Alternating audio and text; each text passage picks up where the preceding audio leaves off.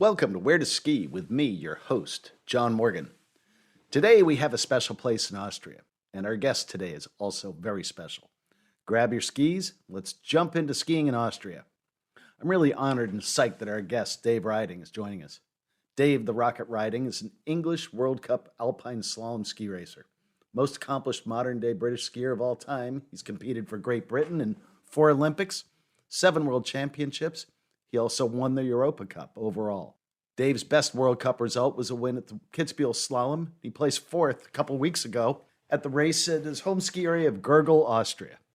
At the very end of Ötztal Valley, about an hour and 20 minutes drive west from Innsbruck, you'll find one of the Alps' best and snow-surest ski areas. Stylish ski-in, ski-out Gurgl, the only spot in Austria which is home to 3 mountains which reach over 3,000 meters.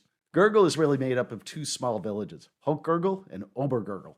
Obergurgl is developed to focus on upmarket accommodation and gastronomy with several new hotels and restaurants. Hochgurgl is a snowball's throw away. It's tiny and has just a couple of hotels. But either place you stay, you're like a 2-minute walk to the lifts, which are all state-of-the-art. This is a hugely family-friendly resort with beginner and intermediate runs, easily accessible. A great ski school, and trained for experts both on and off piste. Just down the road, 15 minutes, is the mega resort of Solden. So if you get sick of the peace and quiet, need a change, want new terrain, or want to check out the James Bond experience, jump on a bus or drive down the hill. My own first trip to Hochgurgl was back in the 1980s. Back then it was really small, no crowd at all, and the snow was awesome. But let's talk to Dave and find out all about Hoch and Obergurgl, the diamond of the Alps. Dave, I can't thank you enough. It's an honor and a pleasure to have you join us here today at Where to Ski. Let's talk about the Gurgls. I skied there years and years ago. They're really cool, small areas up above Solden in the Ötztal Valley. The snow is amazing. You ski there a lot. What's it like going into the Gurgls now? It's been built up. They've got new lifts. The skiing's always been good. Yeah, exactly. No, like you say, it's 2 smallish little villages up there. Nice high up in the Alps. I think Obergurgl's around 2,000 meters, probably just under, and Hochgurgl's about 2,100. So pretty much guaranteed early and late good skiing. And yeah, they're always investing. So all the lifts are new or like modern. So yeah, it's really nice, really comfortable, and a cracking place to get the skiing in. That's awesome. And now there's hotels and there's restaurants and everything else. That wasn't even there for the most part when I skied there. Really. No, it's yeah, awesome. Most of the hotels are done to like a very high standard. That you can also find the apartments like you would expect in ski resorts, and the restaurants on the mountain or in the village are really nice. The food's unbelievable, and I was actually supposed to get married there because I loved it so much at the top of the Hohenwald Alps. So unfortunately, COVID came and changed my plans. But yeah, I enjoy it so much there that yeah, I was ready to get married there, but unfortunately that had to change. But yeah, but you got married anyways, and you've got a beautiful child, so that's perfect. Yeah, busy to say the least. Very busy between the training, the traveling, and having a family. That's a lot to take on. That's great. Yeah, exactly. Do they still have the motorcycle museum up there? Yeah, they do. They actually just had to rebuild it. They had a fire 2 or 3 years ago, destroyed the whole building, and they lost a lot of the bikes. But they'd managed to rebuild it almost within a year, and it's as good, if not better, than ever now. There, they've also got because it's on the the pass. The name of the pass slips my mind, but it's on the pass that goes over into Italy, and they have like a virtual, you basically there's 4 bikes. You sit on them, and it's almost as if you're riding the paths. You sit on the bikes, they move as the road moves. So it's really cool in there, and they're really they push everything forward in the Gurgl resorts. So that's just one of them.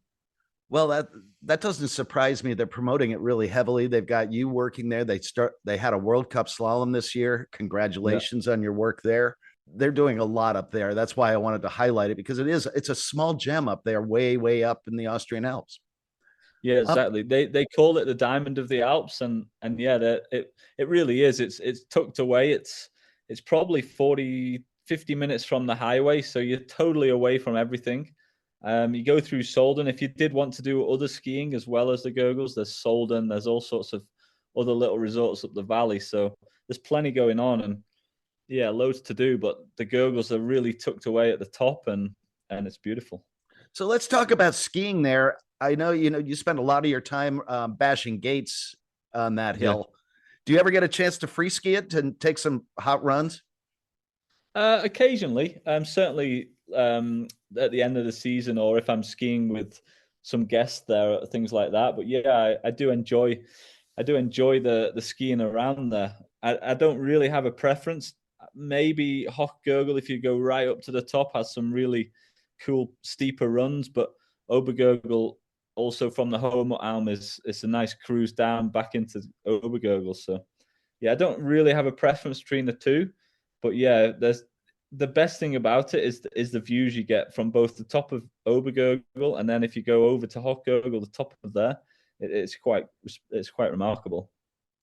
Yeah, that sounds like a lot of fun. I assume there's some pretty good off piste up there too that you can find some powder on a after a dump you can find something that's Yeah, absolutely, untracked. absolutely. I'm on my slalom skis most of the time, so it's never that amazing in the slalom skis. But I do enjoy just bashing off the side of the piste a bit.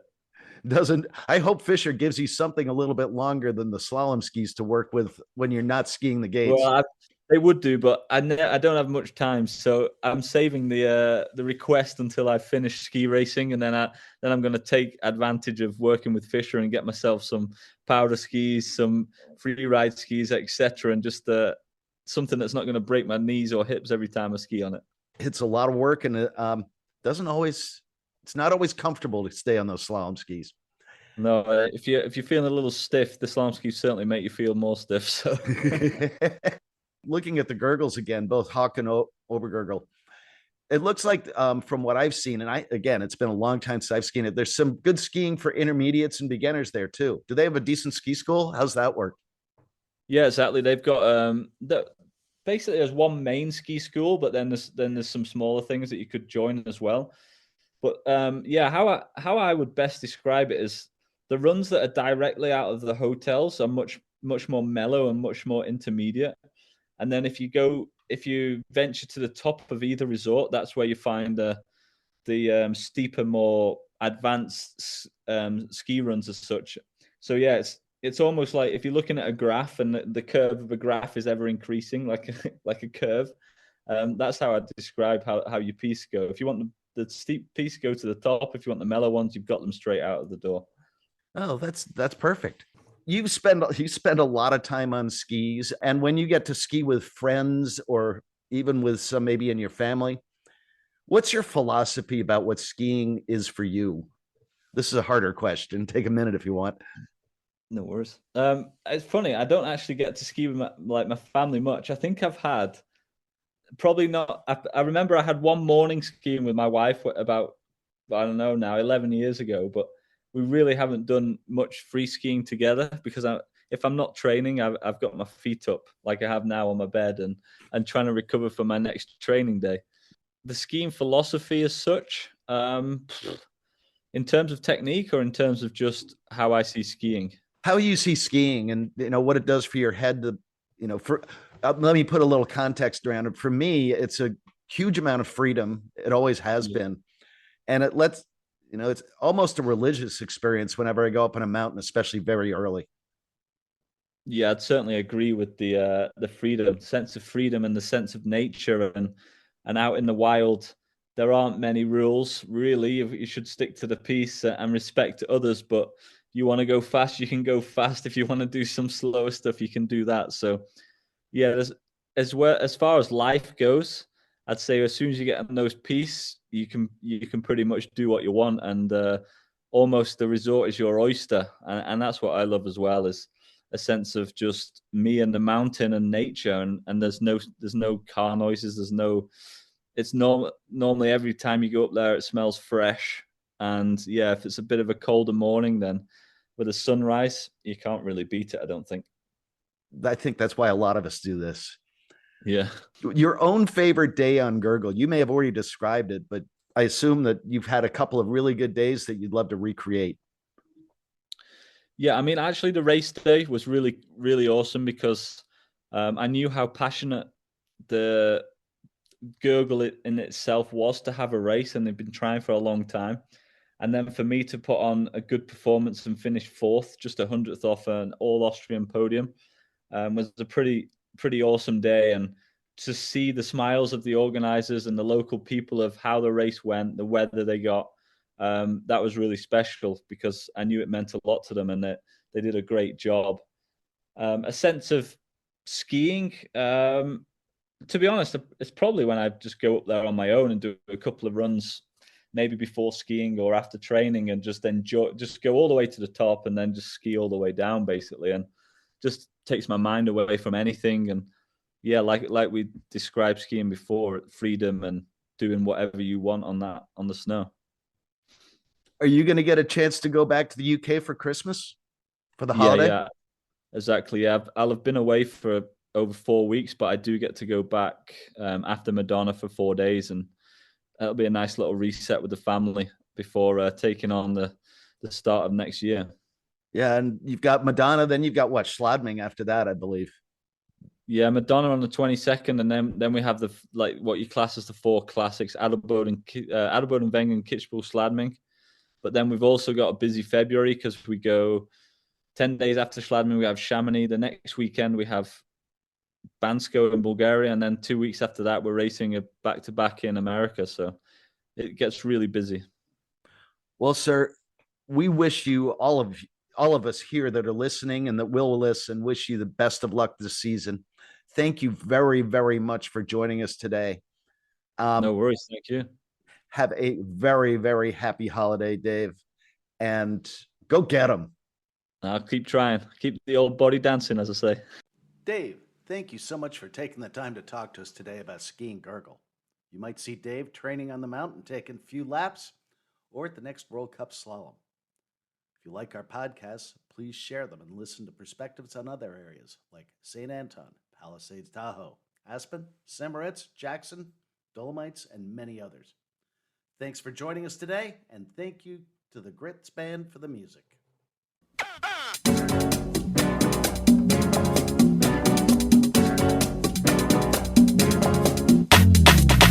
feel it, she feel it, we